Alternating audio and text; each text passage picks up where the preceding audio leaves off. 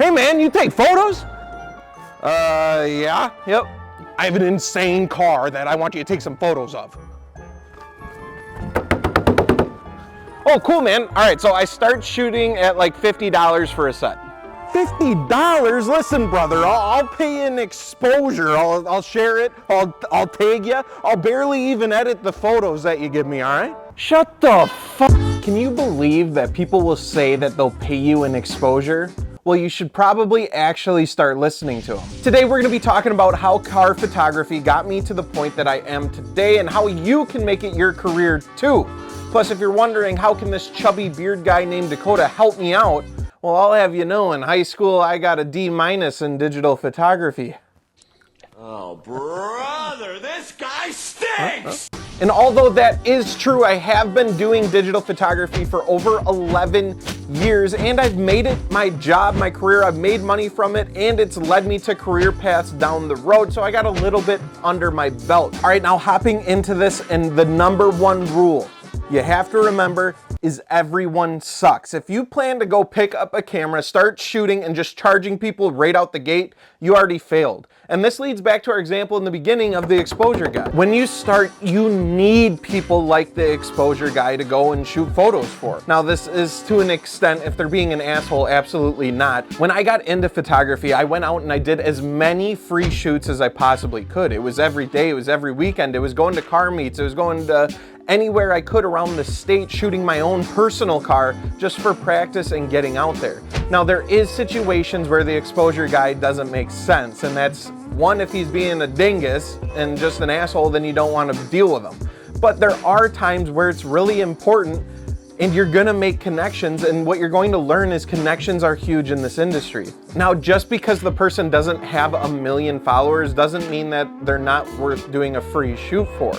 Get to know the locals in your area, find the cool people to hang out with, and just go shoot to have fun, to practice, to get your skills honed in. Because before you start charging people for a service, you gotta at least be somewhat decent at the service.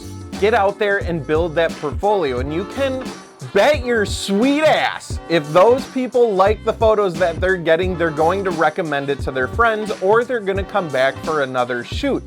I've done this time and time again, and it's never failed. Almost all of my customers that I had were repeat customers. It wasn't just one and done and I never seen them again. Of course, I had some of those too, but you'd be surprised at how many people want to keep coming back and back for more photo shoots. Going back to the car meets thing, I used to go to every local one that I could make, and I shot those, which turned into me getting a shoot of an R35 GT-R, which was absolutely insane at the time, which then turned into a Lamborghini Huracan shoot in the middle of a highway in Milwaukee, which turned into a bunch of other paid shoots. And this is what I'm saying with this connections. I'm not saying it's gonna go like this every time, but you'll be so surprised at who's looking and who's watching. So if you don't just get out there and start shooting, you're never gonna build that portfolio or those connections. And a reminder, even once I did start charging for photo shoots, it was for small amounts. It was just what was worth my time or maybe the gas to do it. Once I got comfortable doing that, then I upped my prices to make sure I was following what I felt my worth was at that time. Don't come out of the gates blazing saying you want $1,000 for a photo shoot if you've only done 10 in your life. Maybe start somewhere easy, like $50 a shoot. All right, now that we talked about the exposure and all that good stuff, let's actually head on out and take some damn photos. All right, I wanted to use a little bit of this time to talk about location scouting. Go drive around and just get lost. Just go try and find cool spots.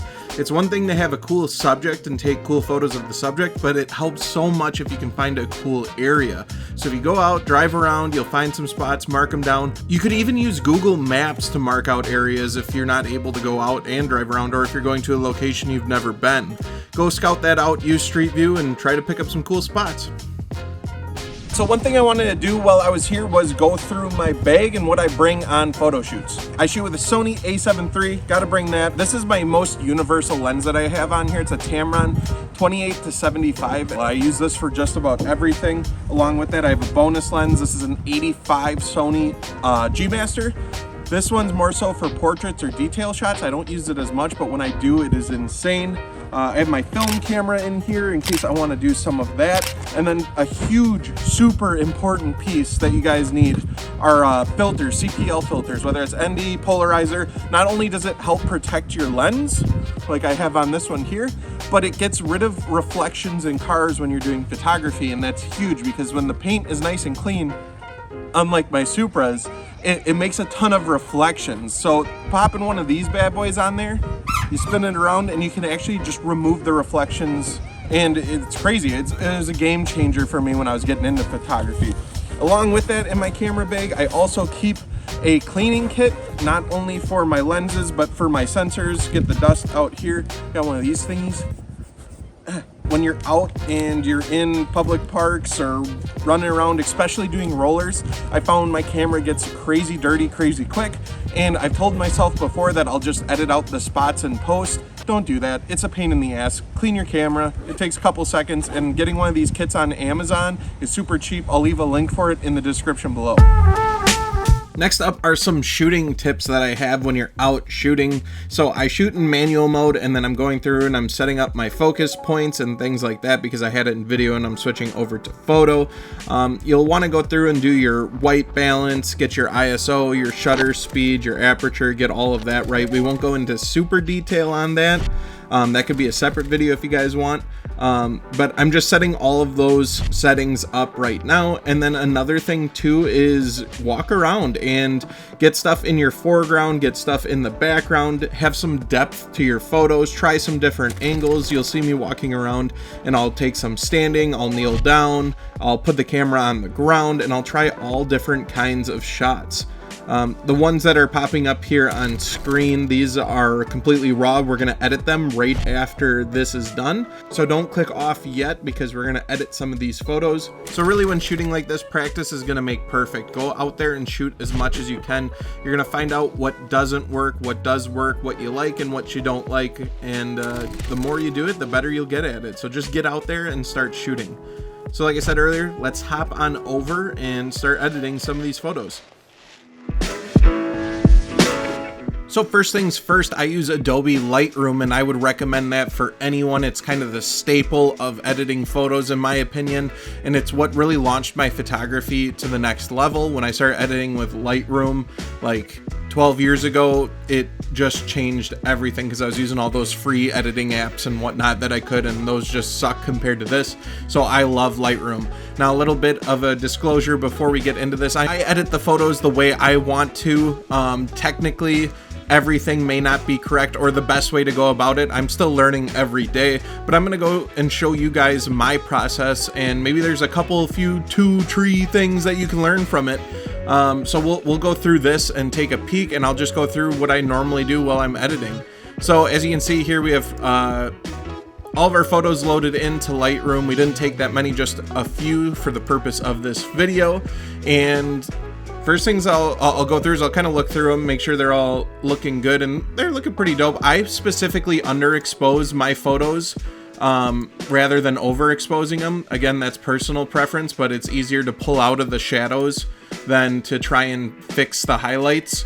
So you can see they're a bit dark, but that's on purpose. I did that on purpose because we'll brighten it up a little bit.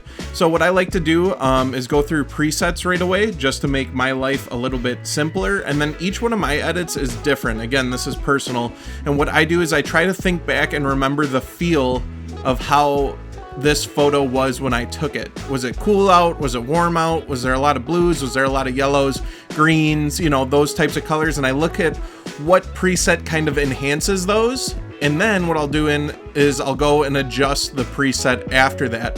The preset just gives you a good like starting ground to go off of. So like the CN11 is looking kind of nice. I like that one, so I'm keeping that one in mind. But there was also another one that I was looking at that these are all too grungy. I thought I seen one up here that I like, but we'll go with CN11. So we'll apply that preset. So as you can see here, on the left is our original image, and on the right is our one with the preset. It's a very subtle preset, which I like. I'm not trying to go too crazy. Okay, so what we'll go in and do now is adjust the exposure just a little bit, make it a little bit brighter, brighten up our shadows a little bit, and then I like how the background in the foreground is exposed. I don't want to do much of that, and I've been using a lot of this tool lately. You go and select the subject, and it does a phenomenal job of selecting the subject. Right there, boom, we're right there. You can adjust this if need be, but then what I can do is I can literally, I'm just editing the car. So we'll pull a little bit of the shadows out of that, maybe add just a little bit of clarity. That looks cool. What I'm realizing is I don't think I adjusted my polarizer much on this photo because I can still see a lot of the reflections, but that's okay. We'll keep going and I'll show you a tip for if you want to hop on over to another photo. Okay, so that looks decent. I don't think I'm going to do much there. Wheels are looking nice and vibrant like they are in real life. And then we'll go to cropping because this one's a bit angled, the car is. So I want to keep the background in line and the car. I think I was parked on a little bit of an angle, but we'll straighten it out just a touch. There we go, like that. That's already looking better. And then I'll come up, I'll probably put the vibrance up a little bit and then drop the saturation just oh, that's a little too much, right about there. Clarity, nah, it's a busy photo with all the trees and the gravel and stuff going on, so I feel like when you do the clarity, you're really, you know, nailing all that stuff and making it stand out, and I don't want to make that stuff stand out more than it needs to.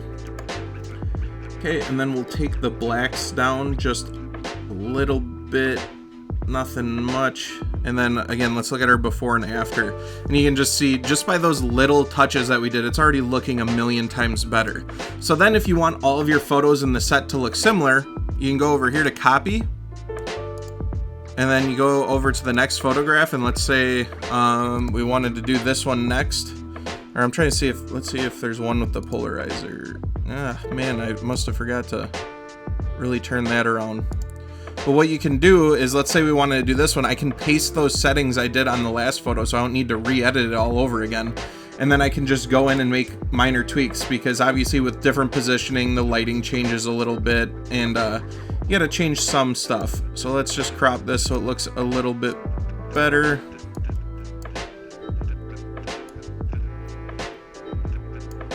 That's looking pretty good. Boom. And then we'll do the same thing. We'll go over to the masking, select the subject, it'll identify the car, and I'll just take a little bit of the shadows out of it. Yeah, that's looking good. That is looking good.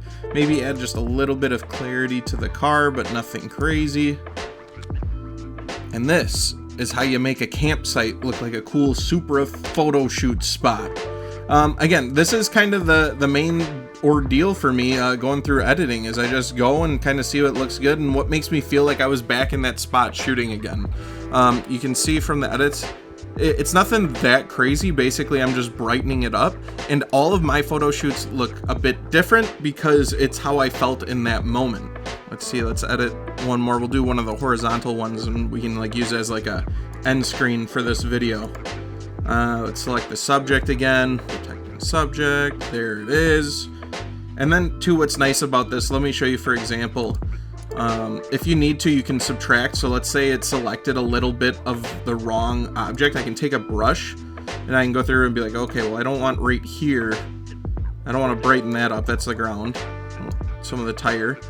In between the wing there, you can go in there and get microscopic, we could zoom in, but I'm just doing this kind of fast for you guys. Bada bing, bada boom, and then you hit that, and then you're good. Then now we can brighten it up a little bit, get the shadows up just a hair, crush the blacks, and maybe add a touch of clarity to the car. How neat is that? That's pretty dang neat. Might add a little bit of vignette, and yeah, that's looking good. That is looking good. Let's see here, looking at the before and after. A lot brighter, a lot nicer, and I'm just gonna rotate this slightly.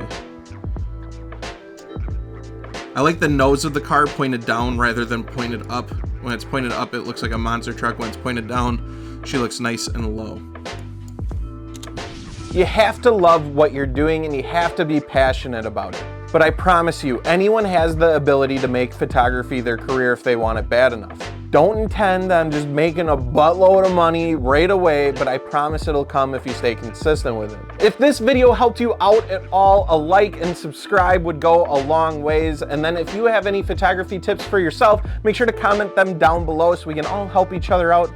But as always, thanks for being here.